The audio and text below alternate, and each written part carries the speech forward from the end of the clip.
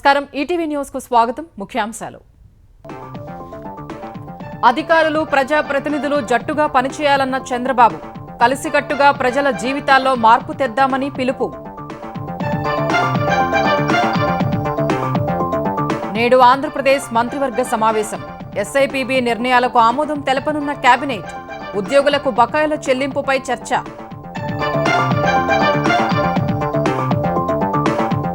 రాజధాని అమరావతిలో పనుల జాతర 2323 కోట్లతో టెండర్లు పిలిచిన సిఆర్డీఏ ఏడీసీ బిడ్స్ కు ఈ నెల 23 వరకు గడువు ప్రజలతో మమేకమైతేనే మనుగడ ఉంటుందన్న రేవంత్ జనం సమస్యలు పరిష్కరించడంపై దృష్టి పెట్టాలని మంత్రులు ఎమ్మెల్యేలకు నిర్దేశం అదనపు కలెక్టర్లకు గురుకులాల పర్యవేక్షణ బాధ్యతలు మహిళా ఐఏఎస్లు వసతి గృహాల్లో సమస్యలు తెలుసుకోవాలన్న తెలంగాణ సర్కార్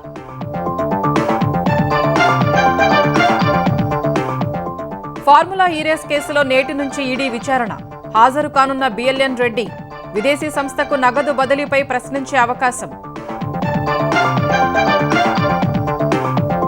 భోపాల్ గ్యాస్ దుర్ఘటన స్థలం నుంచి వ్యర్థాల తొలగింపు అన్ని జాగ్రత్తలతో 377 టన్నులు తరలించినట్లు అధికారుల ప్రకటన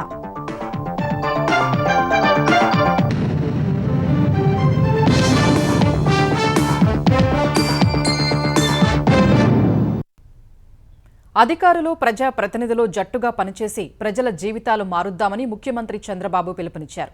సచివాలయంలో సీఎస్, డీజీపీ సహా సీనియర్ ఐఏఎస్లతో తన ఆలోచనలు, ప్రాధాన్యతలు, లక్ష్యాలను పంచుకున్న సీఎం కొత్త సంవత్సరం కొత్త ఉత్సాహంతో పనిచేద్దామని కోరారు.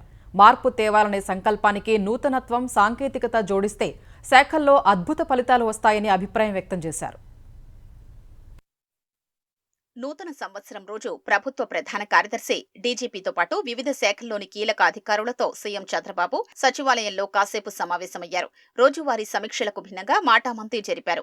ఒక పాజిటివ్ ఎనర్జీతో పనిచేస్తే మంచి ఫలితాలు వస్తాయన్నారు. 2025 సంవత్సర లక్ష్యాలు, పనితీరు ఎలా ఉండాలనేది వారికి వివరించి కార్యాచరణ అమలు చేయాలని సీఎం సూచించారు. ప్రతి శాఖలో రిజల్ట్ ఓరియంటెడ్ గా పని జరగాలని స్పష్టం చేశారు. 2024 ఎన్నికల్లో తిరుగులేని తీర్పిచ్చిన ప్రజలు ప్రభుత్వంపై అనేక ఆశలు, ఆకాంక్షలు పెట్టుకున్నారని చెప్పారు. కూటమి ప్రభుత్వంపై నమ్మకం, కొత్తగా తెచ్చిన పాలసీలతో పెట్టుబడులు వస్తున్నాయని, ఇది మంచి పరిణామమని సీఎం సంతోషం వ్యక్తం చేశారు. స్పీడ్ ఆఫ్ డూయింగ్ బిజినెస్ కి అనుగుణంగా సమస్త అధికార యంత్రాంగం పనిచేయాలని దిశానిర్దేశం చేశారు. వేగంగా నిర్ణయాలు తీసుకుని తొందరగా ఫలితాలు రాబట్టాలని అభిప్రాయపడ్డారు. టెక్నాలజీ సాయంతో చాలా మంచి ఫలితాలు వస్తాయని, ప్రతి శాఖలో టెక్నాలజీ వాడకాన్ని పెంచాలన్నారు. రానున్న రోజుల్లో వాట్సాప్ ద్వారా 150 పౌర సేవలు అందించేందుకు సమాయత్తం కావాలని సూచించారు. రెవెన్యూ శాఖలో సమస్యలకు పరిష్కారం చూపాలన్న చంద్రబాబు రేయింబవళ్లు పనిచేయాల్సిన అవసరం లేదని, స్మార్ట్ వర్క్ చేయాలని అధికారులకు సూచించారు. అధికారుల నుంచి వినూత్న ఆలోచనలు కోరుకుంటున్నారని చంద్రబాబు చెప్పగా కొందరు తమ అభిప్రాయాలు చెప్పారు.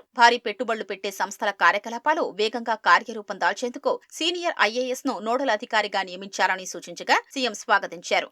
ఆయా శాఖలకు సంబంధం ఉన్న పెద్ద పెద్ద సంస్థలు సీఎస్ఆర్ కింద ఖర్చు చేసే నిధుల్ని ఒక గొడుగు కిందకు తెచ్చి మంచి ఫలితాలు వచ్చేలా వాటిని ఖర్చు చేయాలని సూచించారు. 2025వ సంవత్సరం మార్పు, వేగం, పాలనను కొత్త పుంతలు తొక్కించడం, ప్రజల సంతృప్తిని పెంచడానికి వేదిక కావాలని, ఆ దిశగా అన్ని స్థాయిల్లో సిబ్బంది, అధికారులు పనిచేయాలని సీఎం కోరారు. ఆంధ్రప్రదేశ్ మంత్రివర్గం ఇవాళ సమావేశం కానుంది. ఇటీవల రాష్ట్ర స్థాయి పెట్టుబడులు ప్రోత్సాహక బోర్డులో తీసుకున్న నిర్ణయాలకు ఆమోదం తెలపనుంది. సచివాలయంలో సీఎం చంద్రబాబు అధ్యక్షతన ఉదయం 11 గంటలకు సమావేశం కానున్న కేబినెట్ ఎస్ఐపిబి ఆమోదించిన 182,162 కోట్ల విలువైన పెట్టుబడులకు ఆమోదం తెలియచేయనుంది. నెల్లూరు జిల్లా రామాయపట్నంలో 6,000 ఎకరాల్లో 96,862 కోట్ల పెట్టుబడితో బీపీసీఎల్ రిఫైనరీ ఏర్పాటు ప్రతిపాదనపై చర్చించి ఆమోదం తెలిపే అవకాశం ఉంది. విశాఖపట్నంలోని మిలీనియం టవర్స్లో టీసీఎస్ క్యాంపస్ ఏర్పాటుకు మంత్రివర్గం ఆమోదం తెలిపే అవకాశం ఉంది.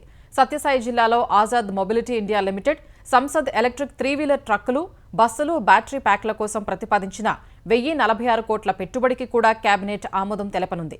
కర్నూలు జిల్లా హోసూరు, పెద్దహుల్తీలో Tata power renewable energy limited 1,800 ఎకరాల్లో 2,000 కోట్లతో ఏర్పాటు చేయనున్న 400 మెగావాట్ల సోలార్ పవర్ ప్రాజెక్టుకు ఆమోదం తెలపనుంది.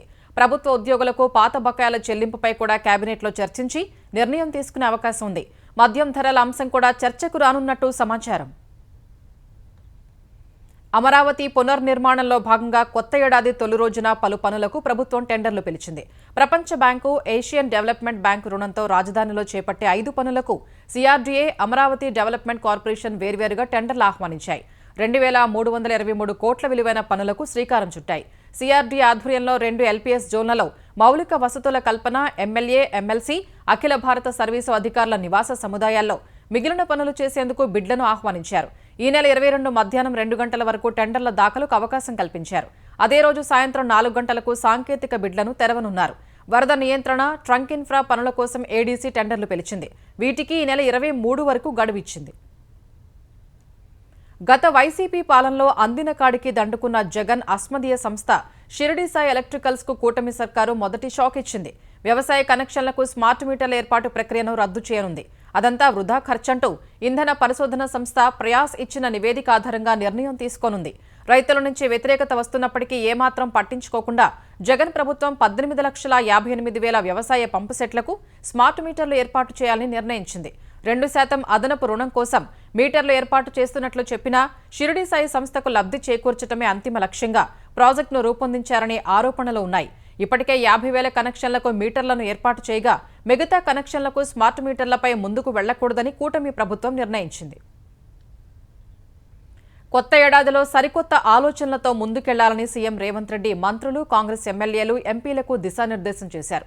ప్రజలకు చేరువైతేనే మనుగడ ఉంటుందన్న ఆయన వారి సమస్యల్ని తెలుసుకుని పరిష్కరించాలని సూచించారు. ప్రభుత్వ పథకాల్ని పెద్ద ఎత్తున ప్రజల్లోకి తీసుకెళ్లాలని తనను కలిసిన నాయకులు, ప్రజాప్రతినిధులకు స్పష్టం చేశారు. కొత్త సంవత్సరం సందర్భంగా జూబ్లీహిల్స్లోని నివాసంలో తనను కలిసిన మంత్రులు, ఎంపీలు, ఎమ్మెల్యేలు, ఎమ్మెల్సీలతో సీఎం రేవంత్ రెడ్డి తన ఆలోచనల్ని పంచుకున్నారు. రాష్ట్రంలో తాజా పరిస్థితులు, ప్రతిపక్షాలు చేస్తున్న విమర్శలు, ప్రభుత్వం అమలు చేస్తున్న పథకాలపై నాయకులతో సీఎం చర్చించారు. ఈ సందర్భంగా ఎవరెవరు జనంతో ఉన్నారు, ఎవరెవరు ఏం చేస్తున్నారో తన వద్ద పూర్తి సమాచారం ఉందని సీఎం పేర్కొన్నారు. స్థానిక సంస్థల ఎన్నికలు దగ్గరకొస్తున్నాయన్న రేవంత్ రెడ్డి ప్రభుత్వం అమలు చేస్తున్న సంక్షేమ, అభివృద్ధి కార్యక్రమాల్ని ప్రజల్లోకి విరివిగా తీసుకెళ్లాలని సూచించారు. ప్రజలతో మమేకం కావడం సహా వారి సమస్యల్ని పరిష్కరించినప్పుడే మన్ననలు పొందగలరని స్పష్టం చేశారు. ఇదే సమయంలో తాజా రాజకీయ పరిణామాలపై చర్చించినట్లు సమాచారం. నూతన సంవత్సరంలో సరికొత్త ఆలోచనలతో ముందుకు వెళ్లాలని, తాను తీసుకున్న నిర్ణయాన్ని తక్షణమే అమల్లోకి తీసుకొచ్చినట్లు రేవంత్ రెడ్డి వెల్లడించారు. ముఖ్యమంత్రి హోదాలో తాను కూడా ప్రతిరోజు ప్రజా ప్రతినిధులతో మాట్లాడతానని చెప్పినట్లు తెలుస్తోంది. త్వరలో రానున్న స్థానిక సంస్థల ఎన్నికల్ని దృష్టిలో పెట్టుకుని తన స్థాయిలో కూడా ప్రజా ప్రతినిధులతో ప్రతిరోజు మాట్లాడతానని, క్షేత్రస్థాయిలో మంత్రులు, ఎమ్మెల్యేలు, ఎంపీలు, ఎమ్మెల్సీలు వారి పరిధిలో ప్రజలకు చేరువ కావాలని సీఎం సూచించినట్లు తెలుస్తోంది. మార్పు కోసం ప్రజలు తమకు అధికారమిచ్చారని, ఆ మాట నిలబెట్టుకునేందుకు కష్టపడి పనిచెయ్యాలని నిర్ణయించారు. ఇదే సమయంలో ప్రతిపక్షాలు చేస్తున్న విమర్శల్ని ధీటుగా తిప్పికొట్టారని స్పష్టం చేశారు. తప్పుడు ప్రచారం చేస్తూ ప్రజల్ని తప్పుదారి పట్టిస్తున్న ప్రతిపక్షాల పట్ల ఉపేక్ష వద్దని పేర్కొన్నట్లు తెలుస్తోంది. ప్రధానంగా ప్రతిపక్ష బీఆర్ఎస్ ప్రభుత్వంపై చేస్తున్న దుష్ప్రచారాన్ని తిప్పికొట్టారని స్పష్టం చేసినట్లు తెలుస్తోంది. తెలంగాణ వ్యాప్తంగా గురుకులాలు, కేజీబీవీ వసతి గృహాల్లో సదుపాయాల్ని మెరుగుపరచడంపై ప్రభుత్వం ప్రత్యేక దృష్టి సారించింది. వాటి పనితీరును పర్యవేక్షించే బాధ్యతను స్థానిక సంస్థల అదనపు కలెక్టర్లకు అప్పగిస్తూ ఉత్తర్వులు జారీ చేసింది. క్రమం తప్పకుండా స్థానిక ప్రభుత్వ పాఠశాలలు, గురుకులాల్ని సందర్శించి తరగతి గదులు, డార్మెటరీలు, భోజన ఏర్పాట్లను పరిశీలించాలని అదనపు కలెక్టర్లను ఆదేశించింది. అన్ని రెసిడెన్షియల్ పాఠశాలల్లో ఒకే రకమైన మెనూ అమలయ్యేలా చూడటం సహా అవసరమైన ఆహార పదార్థాల కొనుగోలు కమిటీలకు సైతం అదనపు కలెక్టర్ చైర్మన్గా వ్యవహరిస్తారని స్పష్టం చేసింది. వివిధ శాఖల సమన్వయంతో పనిచేయటం సహా తరచూ గురుకులాలు, కేజీబీవీలను ఆకస్మిక తనిఖీలు చేయటం, రాత్రి బస చేస్తూ అక్కడి సమస్యల్ని పరిశీలించి పరిష్కరించాలని పేర్కొంది. అదనపు కలెక్టర్లు ఆయా పరిస్థితులపై కలెక్టర్లకు నివేదిక అందించడం, సమీక్షలు నిర్వహించి వసతులు మెరుగుపరిచేందుకు చర్యలు తీసుకోవాలని స్పష్టం చేసింది. బాలికల గురుకులాల పర్యవేక్షణ బాధ్యతను అఖిల భారత సర్వీసు మహిళా అధికారులకు అప్పగించింది. నెలకోసారి ఆయా గురుకులాన్ని పరిశీలించి అక్కడే రాత్రి బస చేయాలని పేర్కొంది. హాస్టళ్లలో బస చేసిన వారం రోజుల్లోపై మహిళా అధికారులు సంబంధిత శాఖకు నివేదిక అందించాలని సూచించింది. ఆయా శాఖలు సైతం సమస్యల పరిష్కారానికి తీసుకున్న చర్యల్ని 3 నెలల్లోపై సాధారణ పరిపాలనా శాఖకు నివేదించాలని ఆదేశాల్లో పేర్కొంది. తెలంగాణలో నేటి నుంచి టెట్ పరీక్షలు జరగనున్నాయి. ఈ నెల 20 వరకు పరీక్షలు కొనసాగనుండగా 17 జిల్లాల్లో 92 కేంద్రాలు ఏర్పాటు చేశారు. రోజుకు 2 సెషన్లలో పరీక్షలు జరగనున్నాయి. ఉదయం 9 గంటల నుంచి 11 గంటల 30 నిమిషాల వరకు మొదటి సెషన్ నిర్వహించనున్నారు. ఇందుకోసం అభ్యర్థుల్ని 7 గంటల 30 నిమిషాల నుంచే పరీక్షా కేంద్రాల్లోకి అనుమతించనున్నారు. 8 గంటల 30 నిమిషాల తర్వాత ఎగ్జామ్ సెంటర్ల గేట్లు మూసివేస్తారు.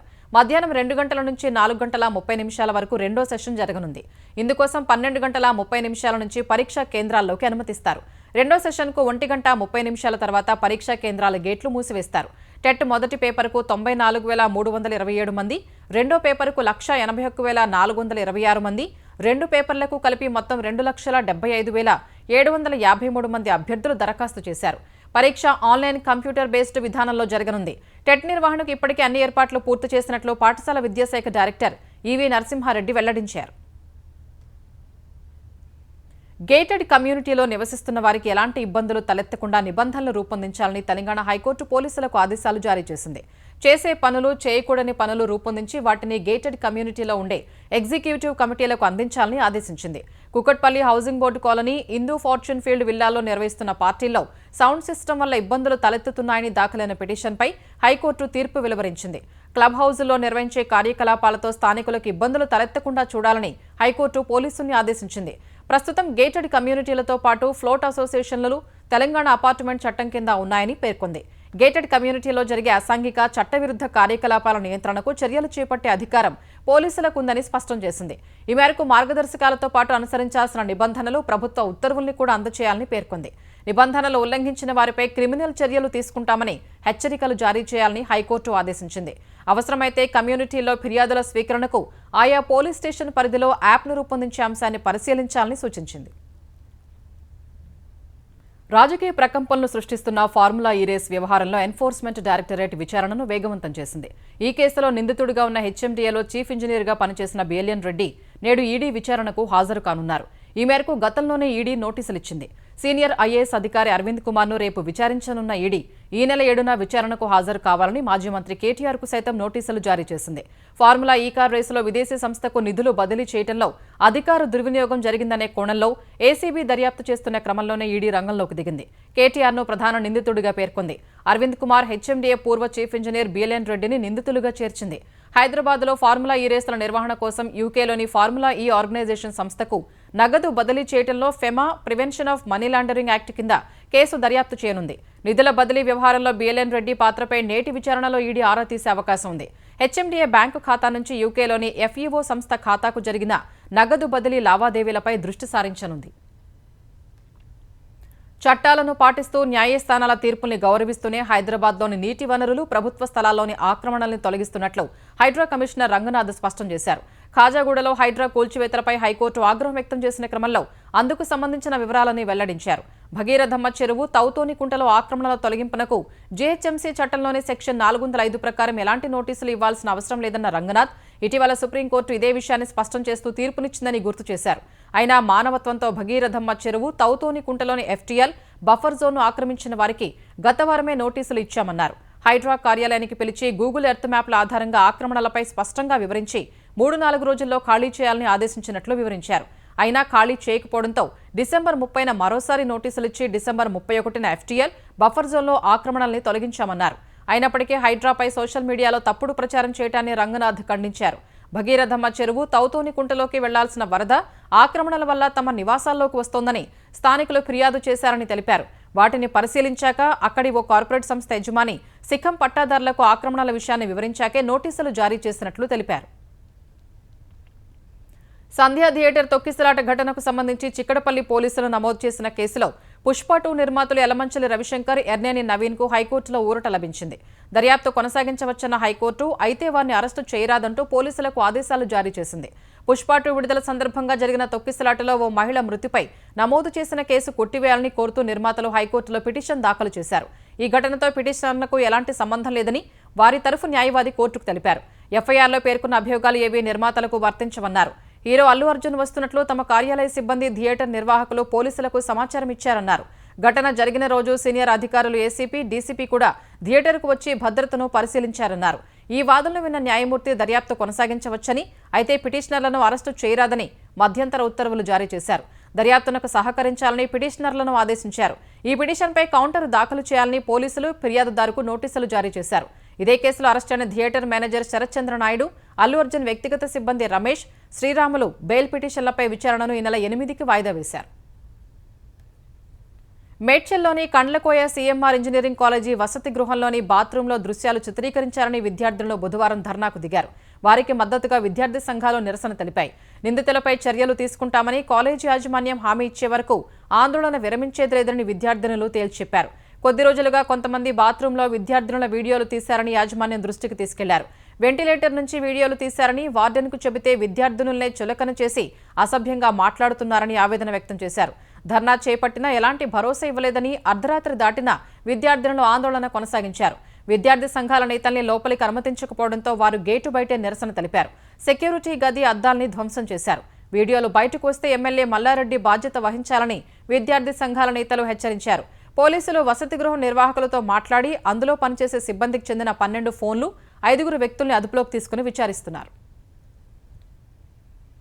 రేషన్ బియ్యం మాయం కేసులో వైసీపీ నేత పేర్ని నాని కుటుంబం గోదాము మేనేజర్ మానస్ తేజ్ పైకి నెపం నెట్టేస్తోంది. బందరు తాలూకా పోలీస్ స్టేషన్లో విచారణకు హాజరైన పేర్ని నాని భార్య జయసుధను విచారణ అధికారి యేసుబాబు 45 ప్రశ్నలు వేశారు. ఈ కేసులో మిగతా నిందితులు వెల్లడించిన అంశాల గురించి ప్రశ్నిస్తే తనకు తెలియదు, గుర్తులేదు, కాదు, లేదు వంటి సమాధానాలే చెప్పినట్లు తెలుస్తోంది. తనకు ఆరోగ్యం బాగాలేకపోవడంతో గోదాముల బాధ్యత మేనేజర్ మానస్ తేజ చూసుకున్నారని, తనకు తెలియకుండా బియ్యం పక్కదారి పట్టించారని నెపాన్ని నెట్టివేసినట్లు తెలుస్తోంది. మరోవైపు కేసులో నిందితురాలైన జయసుధ బందరు మేయర్ వినియోగించే ప్రభుత్వ కారులో విచారణకు రావడంపై విమర్శలు వెల్లువెత్తాయి. జయసుధతో పాటు ఠాణాకు వచ్చిన మేయర్, డిప్యూటీ మేయర్, వైసీపీ కార్పొరేటర్లు, లాయర్లు విచారణ గది బయట నుంచి తొంగి చూస్తూ ఆటంకం కల్పించే ప్రయత్నం చేశారు. జయసుధను ఎంతసేపు విచారిస్తారంటూ హంగామా చేయగా స్టేషన్ ఎస్ఐ సత్యనారాయణ వైసీపీ నేతలకు సర్ది చెప్పారే తప్ప స్టేషన్కు దూరంగా పంపే ప్రయత్నం చేయలేదు. గంజాయి రవాణాను అడ్డుకోబోయిన కానిస్టేబుళ్లను కారుతో ఢీకొట్టిన ఘటన కాకినాడ జిల్లాలో చోటు చేసుకుంది. కిర్లంపూడి మండలం కృష్ణవరం టోల్ ప్లాజా వద్ద మంగళవారం రాత్రి పోలీసులు తనిఖీలు చేపట్టారు. అర్ధరాత్రి 1:30 సమయంలో విశాఖ వైపు నుంచి రాజమహేంద్రవరం వైపు వెళుతున్న కారును పోలీసులు ఆపారు. కారును చుట్టుముట్టి డ్రైవర్ను వివరాలు అడిగి తెలుసుకున్నారు. ఈలోపు ఫాస్ట్ ట్రాక్ ద్వారా టోల్ చెల్లించడం, గేటు తెరుచుకోవడంతో డ్రైవర్ కారును వేగంగా ముందుకు నడిపించాడు. వాహనం ముందు నిల్చున్న కిర్లంపూడి స్టేషన్ కానిస్టేబుల్ లోవరాజు మరో కానిస్టేబుల్ను ఢీకొట్టుకుంటూ వెళ్లిపోయాడు. వెంటనే పోలీసులు కారును వెంబడించగా రాజానగరం వద్ద వదిలేసి దుండగులు పరారయ్యారు. కారు, గంజాయిని పోలీసులు స్వాధీనం చేసుకున్నారు. జిలుగుమిల్లి వద్ద నిందితులిద్దరిని పోలీసులు పట్టుకున్నారు. గాయపడ్డ కానిస్టేబుళ్లను ఆసుపత్రికి తరలించి చికిత్స అందిస్తున్నారు.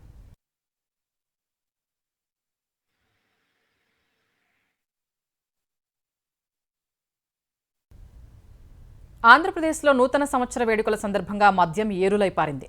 డిసెంబర్ 31వ తేదీ ఒక్కరోజే మందుబాబులు దాదాపు 200 కోట్ల రూపాయల విలువైన మద్యాన్ని తాగేశారు. 60 లక్షల మద్యం క్వార్టర్లు, 18 లక్షల బీర్లు ఖాళీ చేసేశారు. మద్యం దుకాణాలు, బార్లు, క్లబ్బుల్లో నిర్దేశిత సమయం కంటే అదనంగా మరో 2 గంటల పాటు విక్రయాలకు ఈసారి ప్రభుత్వం అనుమతినిచ్చింది. మొత్తంగా 14 గంటల పాటు మద్యం అమ్మకాలు జరిగాయి. ఈ లెక్కన గంటకు సగటున దాదాపు 14 కోట్ల 28 లక్షల విలువైన మద్యం అమ్మారు.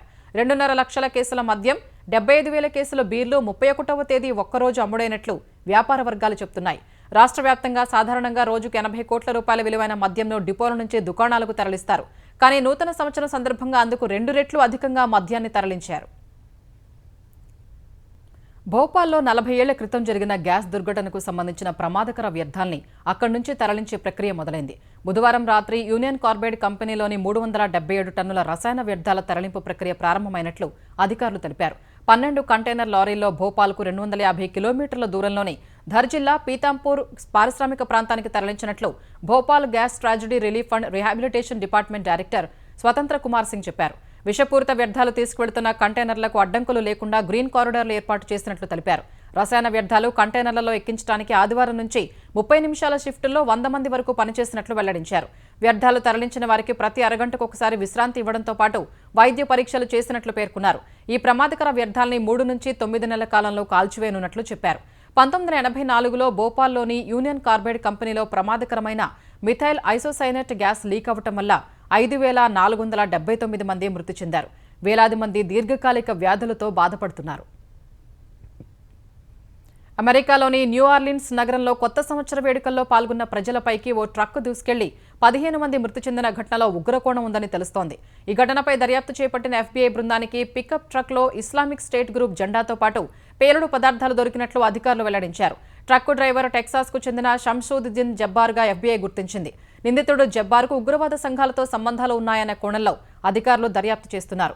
నిందితుడి నుంచి హ్యాండ్ గన్, ఎయిర్ స్టైల్ రైఫిల్ను అధికారులు స్వాధీనం చేసుకున్నట్లు స్థానిక మీడియా వెల్లడించింది. ఘటన తర్వాత పోలీసులు జరిపిన కాల్పులో జబ్బార్ హతమయ్యాడు. ఇతడి వెనుక మరికొందరి హస్తం ఉండవచ్చని అనుమానిస్తున్న FBI అధికారులు వారిని పట్టుకునేందుకు ప్రజలు సహకరించాలని కోరారు. నూతన సంవత్సర వేడుకల్లో భాగంగా పోడ్గోరికా రాజధాని మౌంటైన్ నెగ్రోలో ఓ బార్లో గుర్తు తెలియని అగంతకుడు కాల్పులు జరిపాడు. అనంతరం ఆ బార్ యజమాని ఇంటికి వెళ్లి అతని భార్య, పిల్లలపై కూడా కాల్పులు జరిపినట్లు స్థానిక మీడియా వెల్లడించింది. ఈ ఘటనలో 10 మంది మృతి చెందినట్లు పేర్కొంది. కాల్పుల తర్వాత ఘటనా స్థలం నుంచి నిందితుడు పరారయ్యాడు. అతన్ని పట్టుకోవడానికి పోలీసులు ప్రత్యేక బృందాల్ని రంగంలోకి దింపాయి. నిందితుడి పేరు అకో మార్టినోవిక్ అని స్థానిక మీడియా వెల్లడించింది. గతంలో అక్రమ ఆయుధాలు కలిగి ఉన్నందుకు పోలీసులు అతన్ని అదుపులోకి తీసుకున్నట్లు తెలిపింది. అయితే నిందితుడి వివరాలను మాత్రం పోడ్గోరికా పోలీసులు వెల్లడించలేదు. కేరళలోని కన్నూరు జిల్లా వలక్కై ప్రాంతంలో పాఠశాల బస్సు అదుపు తప్పి బోల్తాపాడంతో ఒక విద్యార్థి మృతి చెందగా 15 మంది గాయపడ్డారు. మృతి చెందిన విద్యార్థిని 5వ తరగతి చదువుతున్న నేధ్యగా గుర్తించారు. కురుమత్తూరు చిన్మయి పాఠశాలకు చెందిన బస్సు బుధవారం పాఠశాల సమయం ముగిసిన తర్వాత విద్యార్థులను ఇంటికి తీసుకువెళ్తుండగా వలక్కై వంతెన వద్ద ప్రమాదానికి గురైంది. వేగంగా స్పందించిన స్థానికులు గాయపడ్డ విద్యార్థుల్ని సమీపంలోని ఆసుపత్రికి తరలించారు.